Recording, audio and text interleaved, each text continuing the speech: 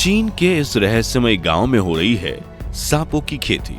हर साल 30 लाख सांपों को पैदा करके चढ़ाई जाती है बलि। जन्म से ही गांव के बच्चे कोबरा, अजगर और वाइपर जैसे जहरीले सांपों से खेलते हैं खेल। इन सीक्रेट स्नेक्स फार्म के पीछे चीन के मंसूबे जानकर आप हैरान रह जाएंगे। दोस्तों, जब प्रकृति से खिलवाड़ करने की बात होती है तो चीन का नाम सबसे पहले लिया जाता है। फिर चाहे वो 1980 के दशक में 100 करोड़ गौरैया चिड़िया को मारकर इकोसिस्टम को तबाह करके भुखमरी को बुलावा देना हो, बंजर रेगिस्तान में 12 लाख खरगोश को मरने के लिए छोड़ना हो, 500 तरह के जानवरों को कच्चा चबा जाना हो, या फिर कोरोना वायरस से संक्रमित चमगादड़ का सूप पीकर पूरी दुनिया में महामारी लानी हो, चीन अपने फायदे के लिए किसी भी हद तक गिर सकता है। और ऐसा ही एक हैरान कर देने वाला काम जो चीन पिछले 50 सालों से कर रहा है, वो है दुनिया से छिपाकर सालाना 30 लाख सांपों की खेती करना, उनके जहर की तस्करी करना और इस रहस्यमय कारनामे को दुनिया के सामने न आने देना। लेकिन चीनी लोग इन लाखों सांपों के साथ क्या करते हैं? सांपों को पालने वाले इस गांव को श्रापित क्यों माना जाता है? क्यों आज तक किसी बाहर वाले ने इस गांव में कदम तक नहीं रखा? और इन सांपों की खेती होती कैसे है? जानने से पहले प्लीज आप वीडियो को लाइक और चैनल को सब्सक्राइब कर दीजिए। पूर्वी चीन के जेजियांग प्रांत में जिसिकियाओ नाम का एक रहस्यमय गांव है, जिसे चीन का सबसे श्रापित गांव माना जाता है। और पिछले 3 दशकों से यहाँ एक भी नया परिवार बसने नहीं आया, इसलिए यहाँ की जनसंख्या सिर्फ 1000 है। लेकिन ये लोग इतने खतरनाक हैं कि ये अजगर, वाइपर, कोबरा जैसे सांपों के साथ तो बैठकर खाना खाते ही हैं, और जब मन करता है तो उनके मुंह से जहर भी निकाल लेते हैं। ये एक ऐसा विचित्र गांव है जहां जितने इंसान रहते हैं उससे 3000 गुना ज्यादा सांपों का बसेरा है। और ये सांप किसी कुदरती तरीके से वहां नहीं पहुंचे, बल्कि इस गांव में लोग खुद सांपों की खेती करते हैं, फिर इन सांपों का व्यापार करके इतना पैसा कमाते हैं जिसकी हम कल्पना भी नहीं कर सकते। मगर फिर भी इन लोगों के घर धन दौलत और खजाने से नहीं बल्कि सांपों से भरे रहते हैं। जिसिकियाओ गांव के लोगों को सांपों की खेती करने के अलावा कोई काम धंधा नहीं आता, लेकिन ये कला इनके लिए वरदान भी है और अभिशाप भी, क्योंकि सांप, उनकी चमड़ी और जहर बेचकर ये लोग जितनी तेजी से लाखों करोड़ों रुपए कमाते हैं, उतनी तेजी से उन पैसों को गवा भी देते हैं। इसलिए इतनी लाखों करोड़ों दौलत कमाने के बावजूद ये गरीब ही रहते हैं। माना जाता है कि हर साल लाखों सांपों की जान लेने की वजह से ये गांव श्रापित हो चुका है। यहाँ लाखों सांपों की आत्मा भटक रही है और शायद इसी वजह से यहाँ के लोगों की तबीयत भी खराब रहती है और ये लोग जीवन में भी दुखी रहते हैं। लेकिन ये इनकी मजबूरी है कि इन्हें यही काम करना पड़ता है, क्योंकि पिछले 50 सालों से इन्होंने और कोई काम नहीं किया। लेकिन इसकी शुरुआत कैसे हुई, तो इसके पीछे की कहानी काफी दिलचस्प है। दरअसल 1980 के दशक में जिसिकियाओ गांव में एक गरीब किसान रहता था।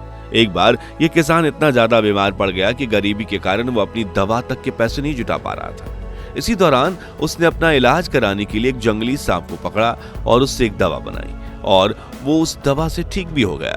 इस घटना से किसान को एक बात पूरी तरह से समझ आ गई कि सांप का जहर केवल जान लेने के लिए नहीं बल्कि जान बचाने के लिए भी होता है। इसके बाद चाइना के इस किसान ने सांपों की खेती करनी शुरू कर दी। ये शख्स सांप का जहर दवाई बनाने वाली कंपनियों को बेचने लगा और सांप का मांस चीनी रेस्टोरेंट्स को सप्लाई करने लगा और उसके चमड़े को लेकर और अलग अलग चीजें बनाने वाले कारीगरों को बेचने लगा। कुछ समय में ही उसका ये बिजनेस जबरदस्त चल गया और इससे देखकर गांव के बाकी लोगों ने भी सांप की खेती शुरू कर दी, क्योंकि इन्होंने कुछ साल पहले ही भयंकर अकाल का सामना किया था। चीन की उपजाऊ जमीन का बड़ा हिस्सा भी बंजर हो चुका था, इसलिए ये उनके लिए उस वक्त सबसे बेहतरीन विकल्प था। आज हालात कुछ ऐसे हैं कि पूरे गांव की आर्थिक स्थिति सिर्फ सांपों के व्यापार पर टिकी है और यहाँ के लोग 3 पीढ़ियों से यही काम कर रहे हैं। अब सवाल आता है कि आखिर इन सांपों की खेती कैसे की जाती है?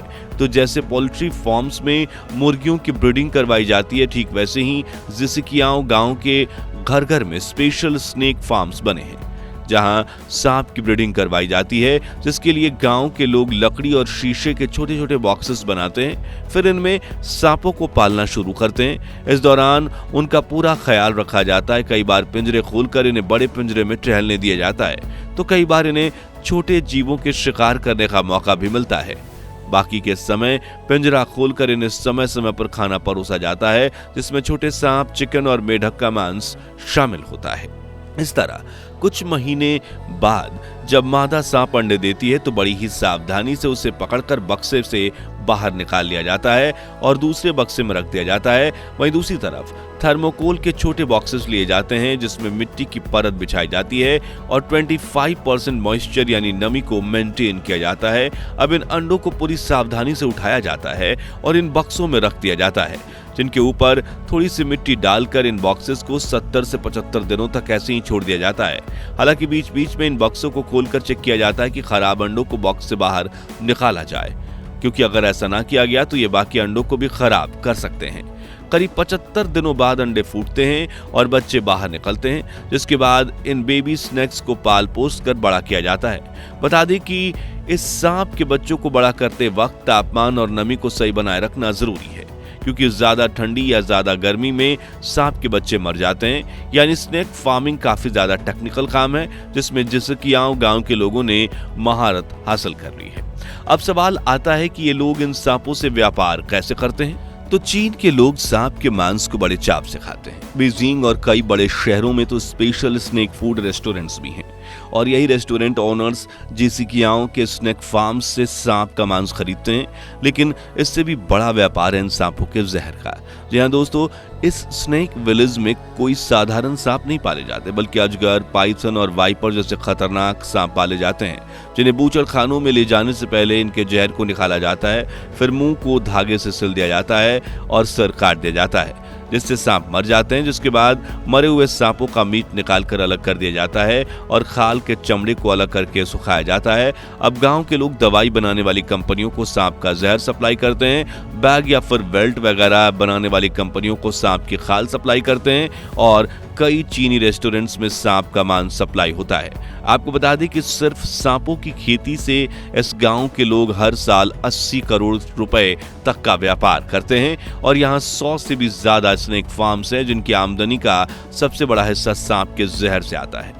और यहाँ सबसे खतरनाक सांप के जहर की कीमत करीब 4 करोड़ रुपए प्रति लीटर तक होती है। कई बार कुछ चीनी लोग इनसे ये जहर खरीद कर उनकी इलीगल तस्करी भी करते हैं और इससे भी ज्यादा महंगी कीमत पे सांप का जहर बेचते हैं। दोस्तों, जिसिकियाओ गांव के लोग किसी सांप से नहीं डरते, यहाँ तक कि गांव के बच्चे भी सांपों के साथ घुल मिल जाते हैं कि उनके साथ बचपन में ही खेलने लग जाते हैं। हालांकि एक सांप है जिसका नाम सुनते ही इन स्नेक फार्म्स की रूह कांप जाती है। वो सांप है 5 स्टेप स्नेक, जिसका वैज्ञानिक नाम है डेइनाग क्रिस्टोडॉन। लेकिन इसे 5 स्टेप कहने के पीछे एक इंटरेस्टिंग रीजन है। दरअसल यहाँ के लोग का मानना है कि सांप के डसने के बाद इंसान ज्यादा से ज्यादा 5 कदम चल पाता है और इसके बाद उसकी मौत हो जाती है। और ये सांप यहाँ कई गांव वालों की जान भी ले चुका है, इसलिए ये लोग अपने स्नेक फार्म्स की नियमित तलाशी लेते हैं और किसी अंडे से या कहीं जमीन से 5 स्टेप स्नेक निकलकर यहाँ आ तो नहीं गया। इस तरह चीन के इस स्नेक विलेज की रोजी रोटी पूरी तरह से सांपों की ब्रीडिंग पर टिकी हुई है और इनका काम कितना खतरनाक है उतना ही मुश्किल भी। लेकिन इन्होंने खुद को इस तरह ट्रेन कर लिया है कि अब इन्हें इसकी आदत लग चुकी है। वहीं दवाइयां बनाने वाली कंपनियों को इनके द्वारा निकाले गए सांपों के जहर को खरीदने की, जिससे कई जरूरी तो कुछ अतरंगी दवाइयां चीन में भी बनाई जाती हैं। तो अपने फायदे के लिए इन बेजुबान जानवरों की हैवी ब्रीडिंग कराना सही है या गलत? और क्या WHO और UN जैसी वैश्विक संस्थाओं को चीन को रोकना चाहिए? इस बारे में अपने ओपिनियन कमेंट्स में जरूर बताएं। ये वीडियो अच्छी लगी हो तो इसे लाइक और शेयर करके हमें सपोर्ट कीजिए और ऐसी ही रहस्यमयी बातों से पर्दा उठाने वाली वीडियोस के लिए इस चैनल को सब्सक्राइब करके पास वाली घंटी जरूर बजा दीजिए। धन्यवाद।